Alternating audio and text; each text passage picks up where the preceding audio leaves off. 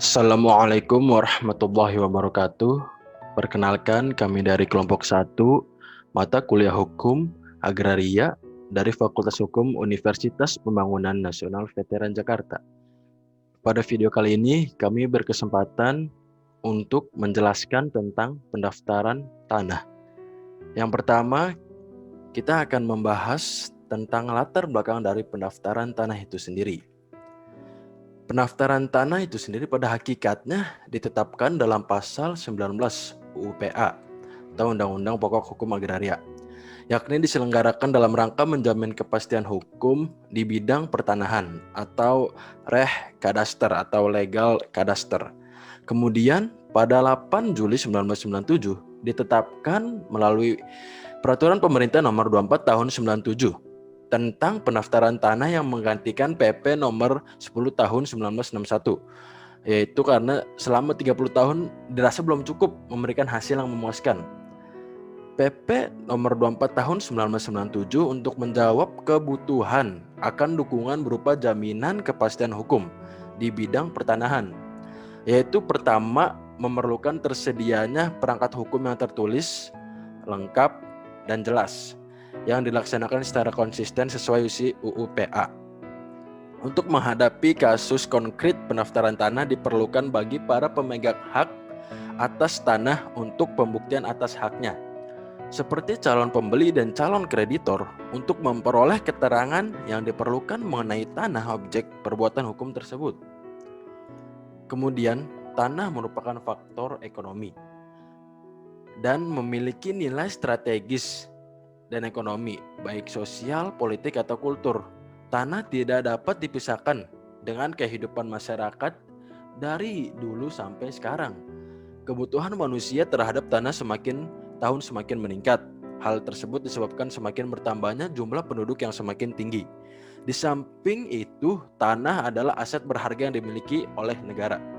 Negara Kesatuan Republik Indonesia yang berdasarkan UUD NRI 1945 pasal 1 ayat 3 menyebutkan bahwa negara Indonesia adalah negara hukum. Artinya, negara hukum atau konstitusional yang memberikan jaminan dan memberikan perlindungan atas hak-hak warga negara, antara lain hak warga negara untuk mendapatkan, mempunyai, dan menikmati hak miliknya. Kemudian adapun dasar hukum daripada pendaftaran tanah itu sendiri, pasal 19 ayat 1 UU PA, pasal 23 ayat 1 UU PA, pasal 32 ayat 1 UU PA, PP nomor 10 tahun 1961, lalu pasal 1 Peraturan Menteri Agraria nomor 1 tahun 1966. Selanjutnya akan dijelaskan oleh teman saya. Tujuan pendaftaran tanah. Yang pertama, untuk memberikan kepastian hukum dan perlindungan hukum kepada pemegang hak atas suatu bidang tanah, satuan rumah susun, dan hak-hak yang lain yang terdaftar agar dengan mudah dapat membuktikan dirinya sebagai pemegang hak yang bersangkutan. Untuk itu kepada pemegang haknya diberikan sertifikat sebagai surat tanda bukti. Yang kedua, untuk menyediakan informasi kepada pihak-pihak yang berkepentingan termasuk pemerintah agar dengan mudah dapat memperoleh data-data yang dibutuhkan dalam mengadakan perbuatan hukum yang mengenai bidang-bidang tanah dan satuan-satuan rumah susun yang sudah didaftar. Yang ketiga, untuk terselenggaralah tertib administrasi pertanahan baik terhadap peralihan, pembebanan, dan hapuslah hak atas bidang-bidang tanah dan satuan rumah susun. Sertifikat hak atas tanah sebagai surat tanda bukti. Pasal 19 ayat 2 huruf C UU PA menyebutkan bahwa sertifikat adalah surat tanda bukti hak untuk hak atas tanah, hak pengolahan tanah wakaf, HMSRS, dan harta yang masing-masing sudah dibukukan dalam buku tanah yang bersangkutan. Kantor Pertanahan menyelenggarakan tata usaha administrasi pendaftaran tanah dalam suatu daftar umum yang terbuka untuk umum dan dapat diakses. Yang pertama, peta pendaftaran tanah. Peta yang menggambarkan bidang atau bidang-bidang tanah untuk keperluan pembukuan tanah. Yang kedua, daftar tanah. Dokumen dalam bentuk daftar yang membuat identitas bidang tanah dengan suatu sistem penomoran. Perkenalkan, nama saya Hanif Nurholis. Di sini saya akan menjelaskan mengenai sertifikat hak atas tanah sebagai surat tanda bukti. Di sini ada surat ukur, yaitu dokumen yang memuat data fisik suatu bidang tanah dalam bentuk peta dan uraian yang diambil datanya dari pendaftaran. Merupakan petikan dari peta pendaftaran.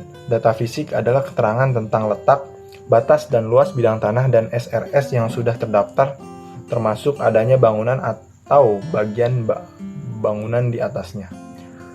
Yang kedua itu ada buku tanah.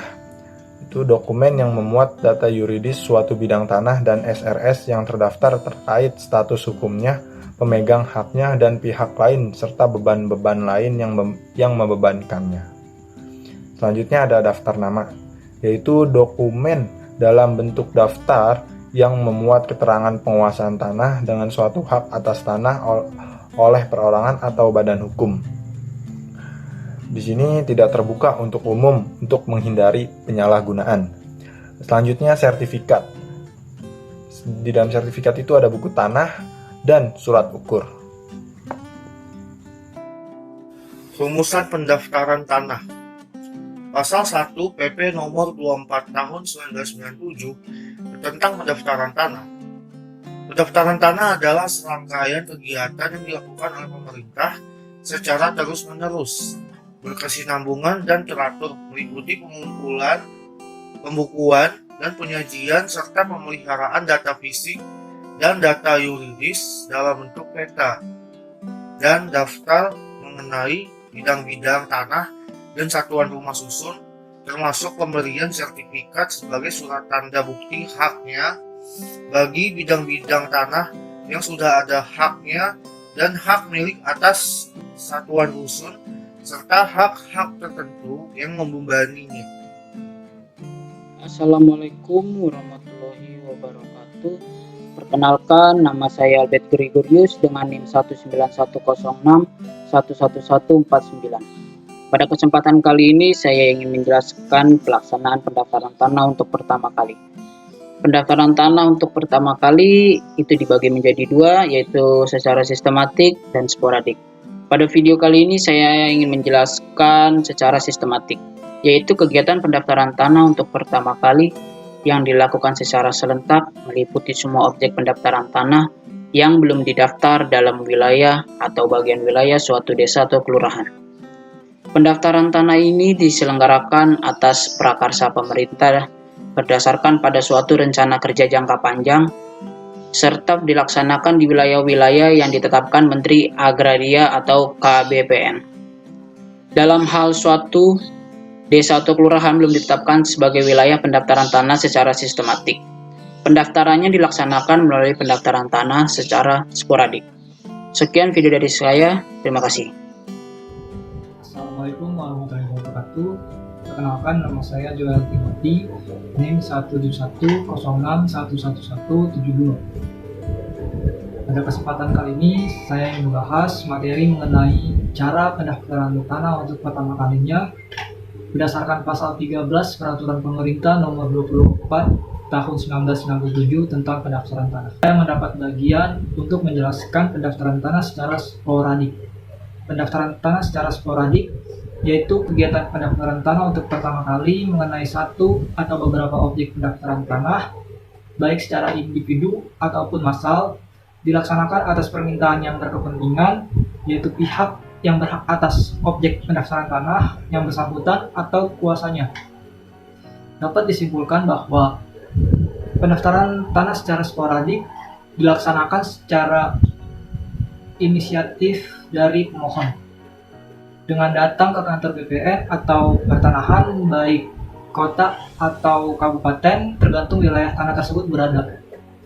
Selanjutnya membawa semua berkas yang diperlukan dan memenuhi kewajiban pemohon.